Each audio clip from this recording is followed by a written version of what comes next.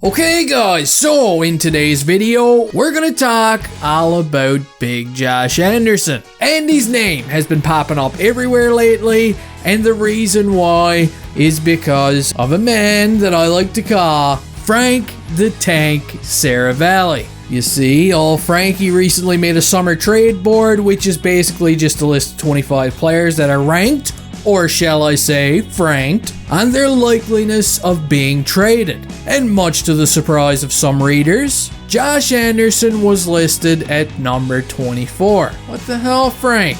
Gee. So let's go ahead and bring up his list here. It's worth pointing out that he's also got Jeff Petrie ranked at number 11, which is good. I hope that this is a trade that happens soon. He's also got Big Shea Weber's contract thrown in there at number 20. That is beautiful, but tossing Josh Anderson's name into the mix kinda caught me by surprise, okay? It did seem a bit random, but poor Frank, he's got his reasons. He would even expand on this a little, saying that based on his information, it would be really surprising if Josh Anderson was traded, but Kent Hughes has received some very interesting offers for Andy. And get a load of this, teams have been very aggressive in acquiring him, but the Canadiens have always resisted and always said no.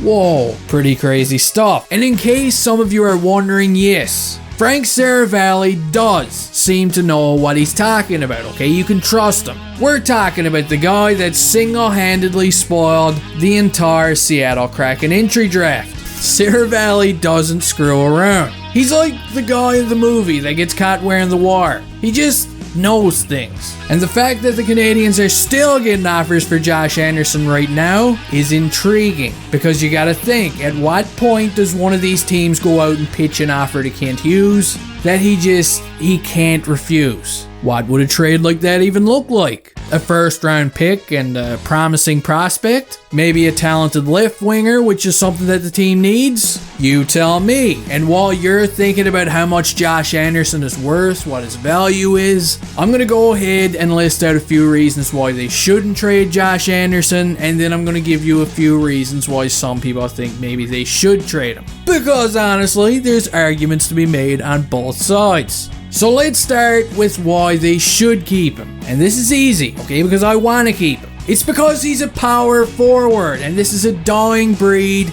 in today's NHL. Not only is he talented and he's capable of putting up 20 goals in a good season, but he's big, he's tough. He's not afraid of anybody, okay? He'll fold your clothes with you still in them. This is a guy that fought Zdeno Chara once a few years back. He fought Milan Lucic a couple of times. Yeah, he's not afraid to get his hands dirty. And he's a good teammate, especially for the young kids on the team. Sounds great, doesn't it? Why would anybody even think of trading Josh Anderson? Well, the only reasons right now that I can even think of are the following. He seems to be a little, how can you say it, injury prone. You know what I mean? This guy got banged up a few years back when he was playing with the Blue Jackets. He was hitting everything in sight. His shoulders got banged up. I'm pretty sure he's got one shoulder that's only attached to his body by a few strands of spaghetti. And while this was a few years back, and since he joined the Canadiens, he didn't miss a full season or anything like that, there's still been,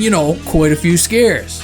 It almost feels like once every week or every 2 weeks, you see him just laboring somewhere and he goes down the tunnel. So I guess there's an argument to be made that with his style of play, who really knows how his body is going to be holding up by the last couple of years of that contract. And to boot, the Habs also have a wide abundance of right wingers right now. You can easily move one of them, preferably friggin' Armia. Get out of here. But back to Josh Anderson, if you're asking me, okay, I want to keep him. I don't want to see Anderson go, and if Hughes does decide to trade him, I hope that he really hauls back something big in return. Anyway, guys, that does it for this video. Let me know in the comment section what you guys are thinking right now.